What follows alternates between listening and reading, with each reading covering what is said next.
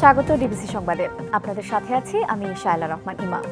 সেনাবাহিনীর প্রতি আস্থা আছে, তবে তাদেরকে যেন কেউ ব্যবহার করতে না পারে সে বিষয়ে সতর্ক থাকার আহ্বান জানিয়েছে জাতীয় নাগরিক পার্টি। রাজধানীতে এক বিক্ষোভ সমাবেশে আওয়ামী লীগের নিবন্ধন বাতিল এবং বিচারের দাবিতে আয়োজিত বিক্ষোভ সমাবেশে একথা বলেন নেতারা। আলাদা এক অনুষ্ঠানে দলটির আহ্বায়ক নাহিদ ইসলাম বলেন, বাংলাদেশে নতুন করে আর কখনো আওয়ামী লীগকে দাঁড়াতে দেওয়া হবে না। আওয়ামী লীগের রাজনীতি এবং নিবন্ধন বাতিলের দাবিতে শনিবার শাহবাগের জাতীয় জাদুঘরের সামনে বিক্ষোভ সমাবেশ ও মিছিল করে ঢাকা মহানগর জাতীয় নাগরিক পার্টি। সমাবেশে শেখ হাসিনাকে বাংলাদেশে আর কখনোই ফিরতে দেওয়া হবে না জানিয়ে নেতারা বলেন, সেনাবাহিনীকে ব্যবহার করে কেউ যদি আওয়ামী লীগের পুনর্বাসন করার চেষ্টা করে তাদের বিরুদ্ধে কঠিন ব্যবস্থা নেওয়া হবে। রাজনৈতিক পরিমণ্ডলে আপনারা ক্যান্টনমেন্ট থেকে গত 16টা বছর যেভাবে নগ্ন হস্তক্ষেপ করেছেন, 24 পরবর্তী বাংলাদেশে রাজনীতি নিয়ন্ত্রণ করবে শুধুমাত্র রাজনীতিবিদরা। বাংলাদেশ সেনাবাহিনীর উপর আমাদের পূর্ণ আস্থা, পূর্ণ সমর্থন এবং এই ইনস্টিটিউশনের উপর আমাদের পূর্ণ শ্রদ্ধা রয়েছে। আমাদের শরীরে এক বিন্দু রক্ত থাকা অবস্থায় আওয়ামী লীগকে বাংলাদেশে আমরা আর স্বনামে রাজনীতি করতে দেব না। আওয়ামী লীগের নিবন্ধন অল্প সময়ের মধ্যেই বাতিল ঘোষণা করতে হবে। এদিকে বকশীবাজারে জুলাই বিপ্লবে শহীদদের স্মরণে ইফতার ও দোয়া মাহফিলে পার্টির আহ্বায়ক বলেছেন, আওয়ামী লীগকে কোনো ধরনের পুনর্বাসনের পরিকল্পনা করা হলে কঠোর হাতে দমন করা হবে। আওয়ামী লীগের পুনর্বাসন কোনো ধরনের পরিকল্পনা করলে তাকে কঠোর হস্তে দমন করা হবে।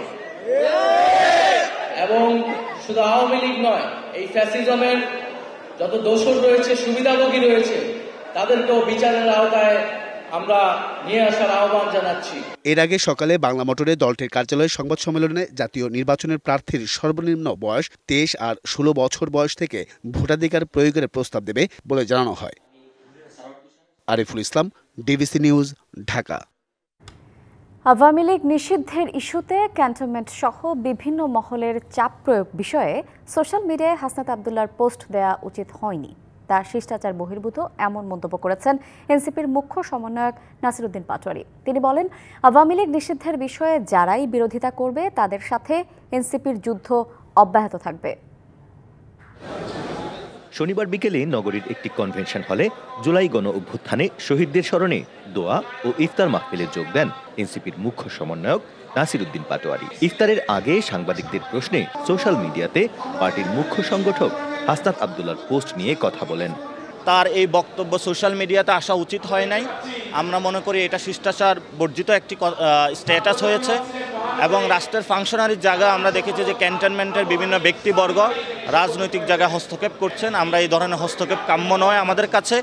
সাংবাদিকদের প্রশ্নের জবাবে তিনি আরও জানান, আওয়ামী লীগ নিষিদ্ধের বিষয়ে যারাই বিরোধিতা করবে তাদের সাথে এনসিপির যুদ্ধ অব্যাহত থাকবে। আওয়ামী লীগকে নিষিদ্ধকরণ এবং তাদের নিবন্ধন মার্কা আদর্শ এগুলা বন্ধকরণ প্রক্রিয়ায় বাধা দিবে, তাদের সাথে আমাদের যুদ্ধটা এবং লড়াইটা হবে। এদিকে ইফতারের আগ মুহূর্তে বক্তব্য দেয়াকে কেন্দ্র করে দুই পক্ষের হাতাহাতির ঘটনা ঘটে। এ সময় সাংবাদিকদের ক্যামেরা ছিনিয়ে নেওয়ার চেষ্টাও করেন পার্টির কয়েকজন নেতাকর্মী। ইফতার শেষে দলটির বিক্ষুব্ধ বেশ কিছু নেতাকর্মী হলের বাইরে এসে বিক্ষোভ মিছিলও করে। প্রত্যুষ তালুকদার, ডিবিসি নিউজ, সিলেট। সংস্কার চলমান প্রক্রিয়া, শেষ হওয়া কোনো কিছুই সংস্কার নয়, এমন মন্তব্য করেছেন বিএনপির ভারপ্রাপ্ত চেয়ারম্যান তারেক রহমান। রাজনীতিতে 12 দলীয় জোট আয়োজিত ইফতার মাহফিলে তিনি কথা বলেন। আর গুলশানের সংবাদ সম্মেলনে দলের মহাসচিব মির্জা ফখরুল বলেন, ঐকমত্য কমিশনের সুপারিশে রাজনীতিবিদদের বাদ দিয়ে অনির্বাচিত ব্যক্তিদের রাষ্ট্রীয় দায়িত্বে নিয়োগের প্রস্তাব অযৌক্তিক। রাজনৈতিক দল ও সুশীল সমাজের সম্মানে রাজধানীতে ইফতারের আয়োজন করে 12 দলীয় জোট, যেখানে বিএনপি, জামাত সহ বিভিন্ন রাজনৈতিক দলের নেতারা অংশ নেন। অনুষ্ঠানে লন্ডন থেকে ভার্চুয়ালি যোগ দেন বিএনপির ভারপ্রাপ্ত চেয়ারম্যান তারেক রহমান। আহ্বান জানান, রাজনীতিতে ভিন্নমত থাকলেও দেশের মানুষ গণতন্ত্র আর ফেসিবাদ বিরোধী প্রশ্নে সবাইকে একমত থাকার। রাজনৈতিক ভিন্ন মত আছে, আদর্শ সবার এক নয়, কিছু কিছু ভিন্নতা আমাদের আছে, কিন্তু একটি জায়গায় আমরা সকলে এক, বাংলাদেশ, বাংলাদেশের মানুষ, গণতন্ত্র। এখানে কিন্তু কোনো বিভেদ নেই। বেসিক বিষয়টিতে আমরা সকলে একত্রিত। যেই ঐক্যকে নিয়ে আমরা স্বৈরাচারকে বিদায় করেছিলাম, সেই ঐক্যকে আমরা ধরে রাখি। দুঃখজনকভাবে সংস্কার এবং নির্বাচনকে মুখোমুখি দাঁড় করানো হচ্ছে বলে মন্তব্য করেন তিনি। সংস্কার এবং নির্বাচন এটিকে মুখোমুখি করে দেওয়া হচ্ছে। সংস্কার শেষ হয় না, সংস্কার চলমান প্রক্রিয়া। আমরা একটি জায়গায় আসব, একটি জিনিসের ভালো কিছু করব, ভালো পরিবর্তন করব, পরবর্তীতে আরো বেটার কিছু করার চেষ্টা করব।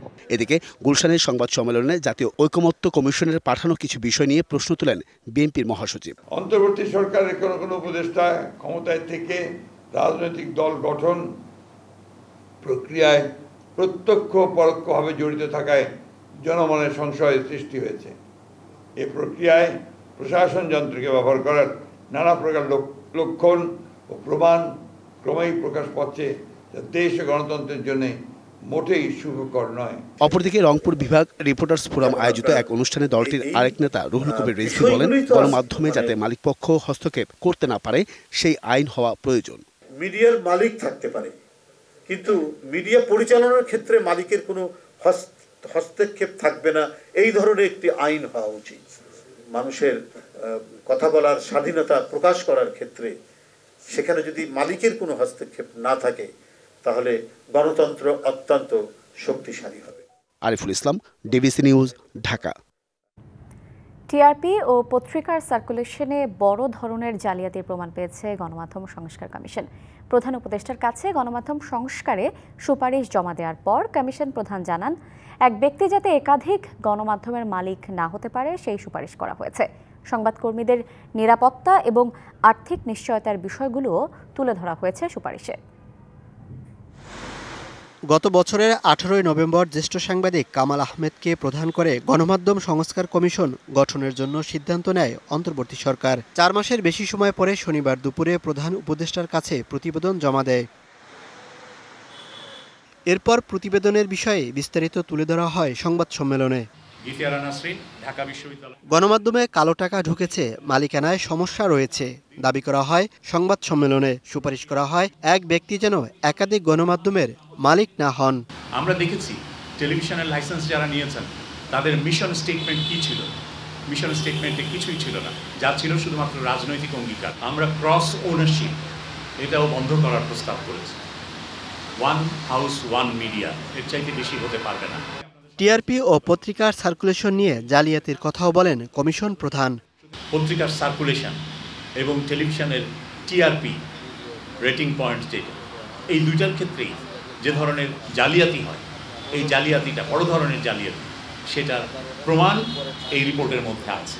Bangladesh satellite company limited BSCL তারা এখন টিআরপি রেটিং করে। তারা এই দায়িত্বটা নেওয়ার প্রথম বছরের মধ্যে 8000 ডিভাইস বসানোর কথা ছিল। গত ডিসেম্বর পর্যন্ত মাত্র 200 ডিভাইস বসিয়ে তার উপরে টিআরপি রেটিং দিয়েছে। এই রিপোর্ট যখন তৈরি করা হয়, লেখা হয় গত সপ্তাহে, তখন তারা বলেছে এর মধ্যে আর 100 বেড়েছে, 300 ডিভাইসে তারা টিআরপি রেটিং করছে। সংবাদকর্মীদের নিরাপত্তা ও আর্থিক নিশ্চয়তার বিষয়েও জায়গা পেয়েছে কমিশনের প্রস্তাবে। বিসিএস ক্যাডার সার্ভিসে যে প্রবেশের যে জায়গাটা, সেই ইকুয়াল লেভেলে, অর্থাৎ বিসিএস ক্যাডার সার্ভিসের 9ম গ্রেডের যে বেতন স্কেল, সেই বেতন স্কেলের সাথে সঙ্গতি রেখে সাংবাদিকদের এন্ট্রি লেভেলের বেতনটা হতে হবে। স্বাধীন সাংবাদিকতার উপর অযৌক্তিক বিধিনিষেধ সহ বেশ কিছু বিষয়ে পর্যবেক্ষণ ও সুপারিশ তুলে ধরা হয়েছে গণমাধ্যম সংস্কার কমিশনের সুপারিশে। Mohaiminul Khan Apu, DBC news, Dhaka. 26শে মার্চ 4 দিনের সফরে চীন যাচ্ছেন প্রধান উপদেষ্টা ডক্টর মোহাম্মদ ইউনূস। এই সফরে প্রাধান্য পাবে তিস্তা সহ নানা উন্নয়ন প্রকল্প। তবে সবকিছুকে ছাপিয়ে প্রধান উপদেষ্টার চীন সফর ভূরাজনৈতিকভাবে গুরুত্বপূর্ণ হবে বলে মনে করেন আন্তর্জাতিক সম্পর্ক বিশ্লেষকরা।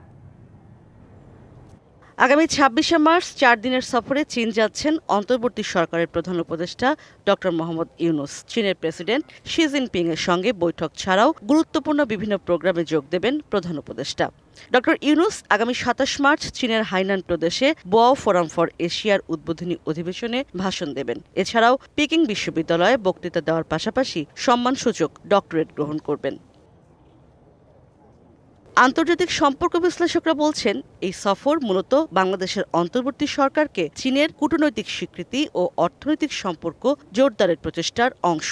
রাজনৈতিক অনিশ্চয়তার পরও চীনের অর্থনৈতিক ও কৌশলগত স্বার্থ কেমন হবে তা নিয়ে আলোচনা হতে পারে। যে কোনো রকমের রাজনৈতিক পট পরিবর্তনের পরেই কিন্তু নতুন করে আবার সব পক্ষেরই এই বিষয়টি দরকার পড়ে যে নতুন করে পরস্পরের প্রতি সমর্থন জানানো এবং যে কাজগুলো চলছে সেগুলোকে চলমান কাজগুলোকে এগিয়ে নিয়ে যাওয়া এবং নতুন নতুন প্রকল্প বা সহযোগিতার ক্ষেত্র তৈরি করা এবং সেগুলোকে এগিয়ে নিয়ে যাওয়া। স্বাভাবিকভাবে আলোচনা হবে যে আলোচনা করা দরকার, বড় কিছু হওয়ার কথা না, যেহেতু একটা ইন্টারিম রেজিম, যেহেতু যতক্ষণ আমি মনে করি চীনও অপেক্ষা করবে নির্বাচন পর্যন্ত, কারণ ইন্টারিম তো ইন্টারিমই, তো সেই জায়গায় বড় কিছু হওয়ার কথা, তবে একটা সিম্বলিক ভ্যালু থাকবে, কোনো সন্দেহ নেই। শুধু কি তাই, ভূ রাজনীতিতে এই সফরের গুরুত্ব কতখানি? এই সফর ভারত ও মার্কিন যুক্তরাষ্ট্রকে কি কোনো বার্তা দিচ্ছে? এবং একটা জিনিস পরিষ্কার যেটা চীন করতে চাচ্ছে সেটা হলো, যেই সরকারই থাকুক না কেন আমি সব সরকারের সাথেই মানে সরকার ওইভাবে ওই মানুষ চিন্তা করে তারা সম্পর্ক করেন না, ওটাই মনে হয় আবার হয়তো পরিষ্কার হবে এবার। ভূ রাজনৈতিকভাবে বাংলাদেশের গুরুত্ব বেড়ে গেছে। এখন একটা আমরা কেউ কেউ মনে করছেন যে হয়তো একটা ভ্যাকুয়াম সৃষ্টি হয়েছে, সেই জন্য একটা প্রতিযোগিতার মতন থাকতে পারে। আমি ঠিক সেটাকে খুব বেশি গুরুত্ব দিয়ে দেখি না। চীনের সাথে সম্পর্ক আমাদের সহযোগিতা বৃদ্ধি পেলে অন্যরা তো দেখবে, তো তারাও তাদের জায়গাটা ছেড়ে দিতে চাইবে না, সুতরাং সেটা আছে। কিন্তু ঘটনার প্রবাহ যাই থাকুক না কেন, চীন বাংলাদেশের সাথে সম্পর্ক কোন মাত্রায় রাখতে চায় সেটি গুরুত্ব পাচ্ছে এই সফরে, এমনটাই মনে করেন এই দুই বিশ্লেষক। ইশরাত জাহান উর্মি, ডিবিসি নিউজ, ঢাকা। কুড়িগ্রামের নাগেশ্বরী উপজেলার কালীগঞ্জ ইউনিয়ন পরিষদের পাশে মক্তব ঘরের অফিস কক্ষ থেকে বিজিএফের ৩,৮০০ কেজি চাল উদ্ধার করেছে প্রশাসন। এসব চাল ঈদুল ফিতর উপলক্ষে দরিদ্রদের মাঝে বিতরণের জন্য বলে জানিয়েছে স্থানীয় প্রশাসন। দুপুরে স্থানীয় জনতা চাল আটক করে প্রশাসনকে খবর দিলে সহকারী কমিশনার ভূমি মাহমুদুল হাসান অভিযান চালিয়ে এসব চাল উদ্ধার করেন। মাহমুদুল হাসান জানান, চাল উদ্ধার ও জব্দ করে থানায় নেওয়া হয়েছে। মক্তব ঘরের অফিস কক্ষ থেকে উদ্ধার হওয়া চাল এক ব্যবসায়ীর বলে জানিয়েছেন স্থানীয়রা। সুন্দরবনের কলমতেজি ফরেস্ট টহল ফাঁড়ি এলাকায় আগুন লেগেছে, তবে নানা জটিলতায় এখনও নিয়ন্ত্রণে আনতে পারেনি ফায়ার সার্ভিসের কর্মীরা। পূর্ব বন বিভাগের চাঁদপাই রেঞ্জ কর্মকর্তা দীপন চন্দ্র দাস জানান, সকালে টেপারবিল এলাকা থেকে প্রথমে ধোঁয়া উঠতে দেখেন স্থানীয়রা। পরে এলাকাবাসীর কাছ থেকে খবর পেয়ে ঘটনাস্থলে যান ফায়ার সার্ভিস ও বন কর্মীরা। আগুনের কাছাকাছি পানির উৎস না থাকায় চারপাশে ফায়ার লাইন কেটে নিয়ন্ত্রণে কাজ করছেন তারা, তবে রাত হয়ে যাওয়ায় কাজ শুরু করা যায়নি।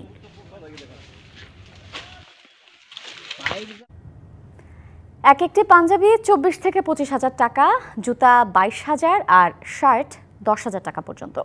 ঢাকা থেকে বিভিন্ন পণ্য এনে বিদেশি বলে ক্রেতাদের কাছে এমন দামে বিক্রি করছে চট্টগ্রামের মিমি সুপারমার্কেটের দোকান এলি।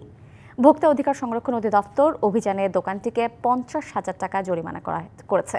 এদিকে আড়ংয়ের শোরুমে অভিযান চালানো হলেও করা হয়নি জরিমানা।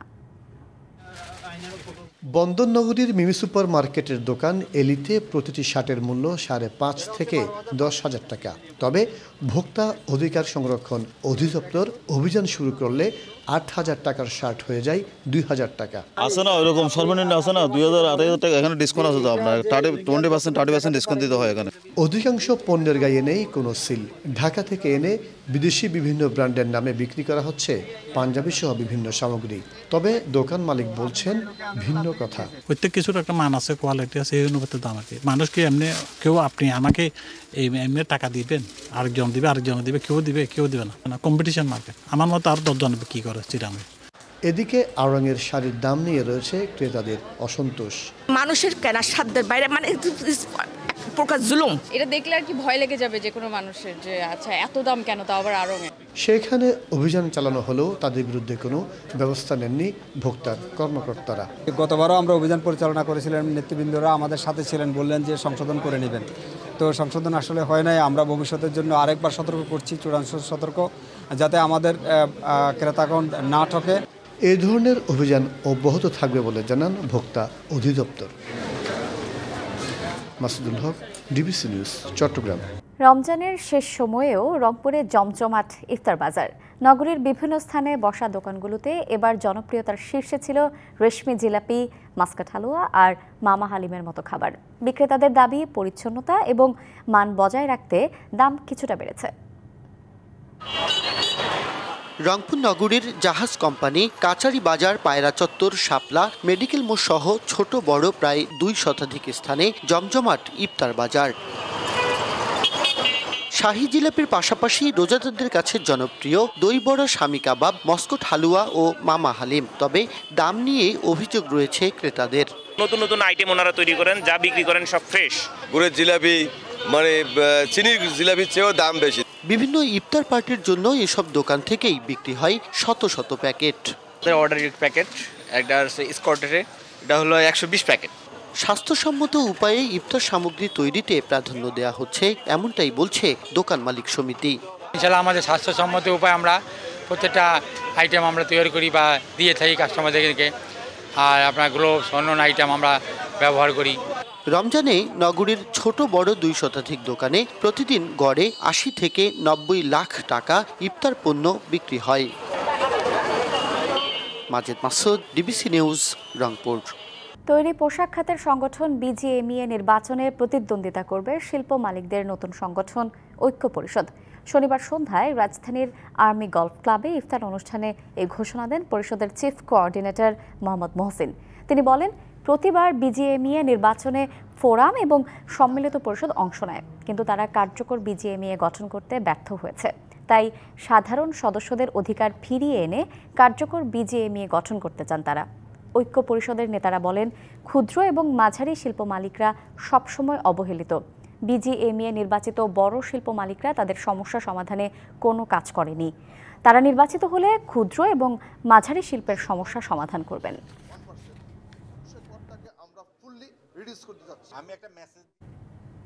রাজধানীর তিতুমির কলেজ ক্যাম্পাসে মাঠে দোয়া এবং ইফতার মাহফিল অনুষ্ঠিত হয়েছে। শনিবার কলেজের নেত্রকোনা জেলা ছাত্র কল্যাণ পরিষদে এ আয়োজন করা হয়। প্রায় 1000 মানুষের মিলন মেলায় পরিণত হয় কলেজ প্রাঙ্গণ। এতে সভাপতিত্ব করেন সংগঠনের সভাপতি সুমন বাসার। প্রধান অতিথির বক্তব্য দেন বিএনপি চেয়ারপারসনের উপদেষ্টা সৈয়দ আলমগীর খসরু। এছাড়া আরও উপস্থিত ছিলেন বিএনপির নির্বাহী কমিটির সহ ধর্ম বিষয়ক সম্পাদক আব্দুল বারী জেমি। ছাত্রদলের কেন্দ্রীয় এবং নেত্রকোনার বিভিন্ন পর্যায়ের নেতাকর্মীরা এতে অংশ নেন। ডিবিসি সংবাদে এই ছিল এখনকার মতো। ডিবিসি নিউজের সংবাদগুলো পড়তে ভিজিট করুন dbcnews.tv আর ভিজিট করুন ডিবিসি নিউজের ফেসবুক পেজ এবং ইউটিউব চ্যানেল। ডিবিসির সঙ্গেই থাকুন।